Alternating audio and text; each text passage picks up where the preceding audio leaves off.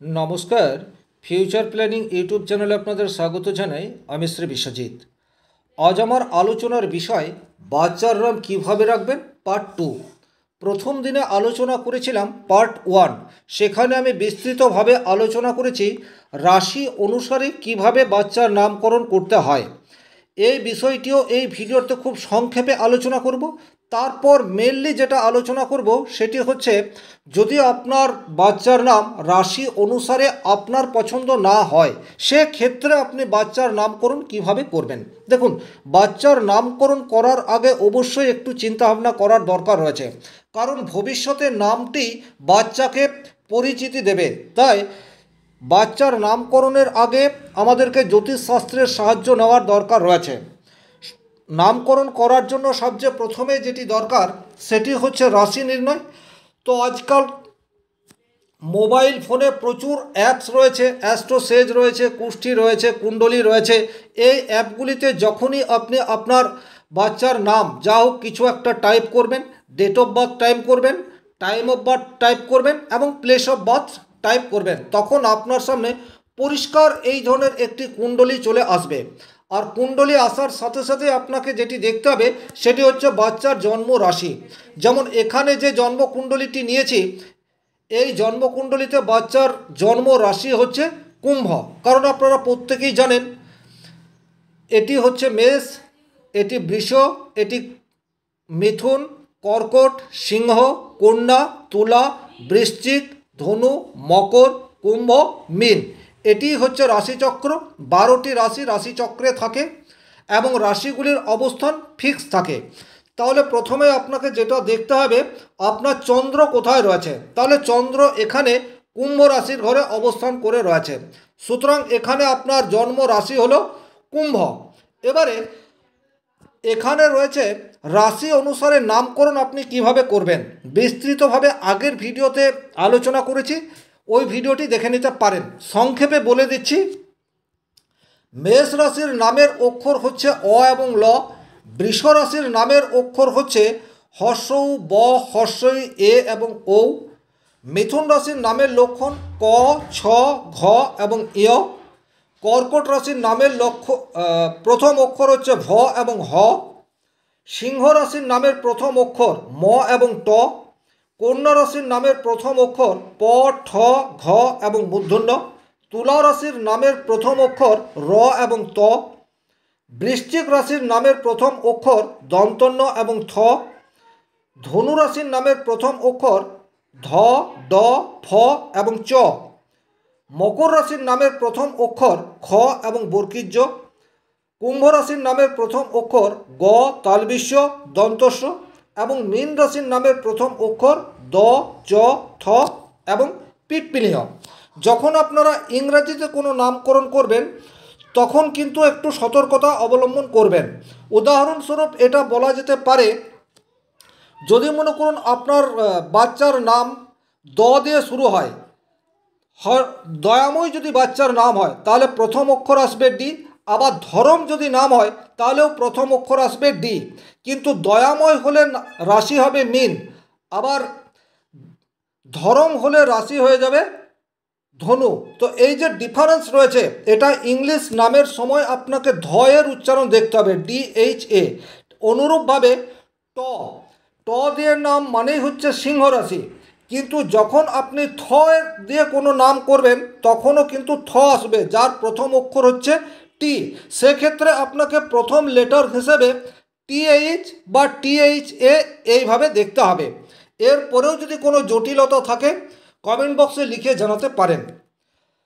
এবারে যে বিষয়টি আলোচনা করব সেটি হচ্ছে, আপনার বাচ্চার নামকরণ রাশি অনুসারে রাখা যাচ্ছে না, আপনাদের পছন্দ হচ্ছে না, এটা হতেই পারে। সেক্ষেত্রে কি করবেন, দেখুন এই জায়গাটি আপনারা খুব ভালো করে বুঝে নিন। আপনার সামনে কুণ্ডলী চলে এসছে, আপনি দেখেছেন এখানে এটি একটি উদাহরণ কুণ্ডলী, কুম্ভ রাশি হচ্ছে। এখন কুম্ভ রাশি অনুসারে আপনি নাম রাখতে পাচ্ছেন না, তখন এখানে এই যে 4টি সূত্র রয়েছে, এই 4টি সূত্রকে আপনাকে খুব ভালোভাবে বুঝে নিতে হবে। বোঝা অত্যন্ত সহজ, আমি উদাহরণের সাথে বোঝাবো, আপনারা সহজেই বুঝতে পারবেন। সবচেয়ে প্রথমেই দেখুন রাশির অধিপতি গ্রহ। এখন কোন রাশির অধিপতি কোন গ্রহ সেটা আপনারা একটু বুঝে নিন। দেখুন, মেষ রাশির অধিপতি গ্রহ হচ্ছে মঙ্গল, বৃষ রাশির অধিপতি গ্রহ শুক্র, মিথুন রাশির অধিপতি গ্রহ বুধ, কর্কট রাশির অধিপতি গ্রহ চন্দ্র, সিংহ রাশির অধিপতি গ্রহ রবি। অধিপতি বলতে রাশির মালিক বা অনার, এইভাবেও আপনারা বুঝতে পারেন।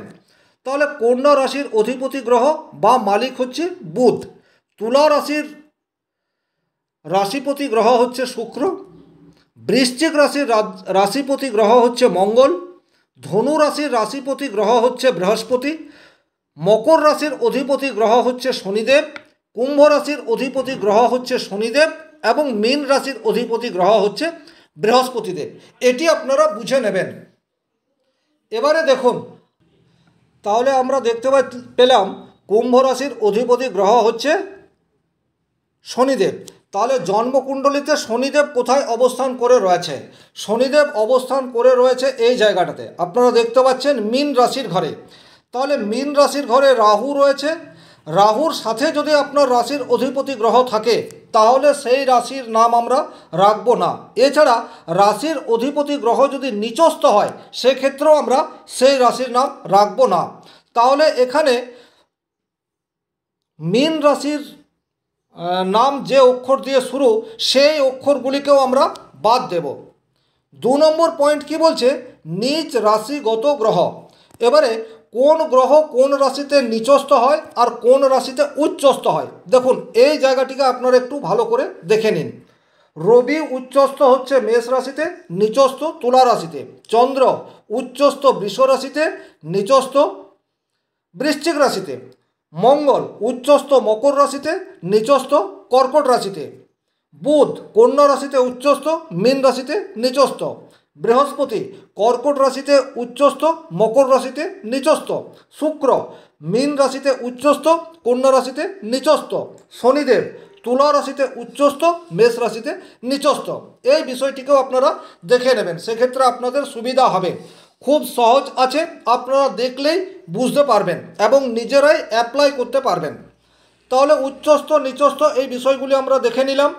তাহলে রাশির অধিপতি গ্রহ সে যদি নিজ ক্ষেত্রে থাকে বা রাহু কেতুর সাথে থাকে তাহলে সেই রাশিকে আমরা বাদ দেব। তাহলে এখানে যেহেতু জাতকের কুম্ভ রাশি হয়েছে, মীন রাশিকেও আমরা নিতে পারছি না। এবারে দেখুন, মঙ্গল হচ্ছে মেষ রাশির অধিপতি গ্রহ। তাহলে প্রথমে কি বলছে? রাশির অধিপতি গ্রহ। তাহলে এখানে নিজ ক্ষেত্রে অবস্থান করছে মঙ্গল, কারণ মঙ্গল এখানে কর্কট রাশিতে নিচস্থ। সুতরাং কর্কট রাশির নামকরণ এটাও আমরা রাখবো না। 3 নম্বর পয়েন্ট কি বলছে? রাশির অধিপতি গ্রহ নিচস্থ। এবারে দেখুন, মেষ রাশির অধিপতি গ্রহ হচ্ছে মঙ্গল, তাহলে আমরা মেষ রাশির নামও রাখবো না, আবার কর্কট রাশির নামও রাখবো না। একই রকমভাবে মীন রাশির নামও রাখবো না। আর 4 নম্বর পয়েন্ট কি বলছে? রাহু কেতুর অবস্থান। তাহলে যে রাশিতে রাহু এবং কেতু অবস্থান করবে সেই রাশিগুলিকেও আমরা অ্যাভয়েড করব। 4 নম্বর পয়েন্টটি আপনারা ফলো করতেও পারেন, নাও করতে পারেন, কিন্তু ফলো করলে বেটার রেজাল্ট আসবে। তাহলে এখানে আমরা যেহেতু এখানে কুম্ভ রাশি হয়েছে, আমরা 4টি রাশিকে বাদ দিয়ে দেব নামকরণ করার জন্য। কি কি 4টি রাশি? এক হচ্ছে এখানে মীন রাশি, দ্বিতীয় হচ্ছে মেষ রাশি, তৃতীয় হচ্ছে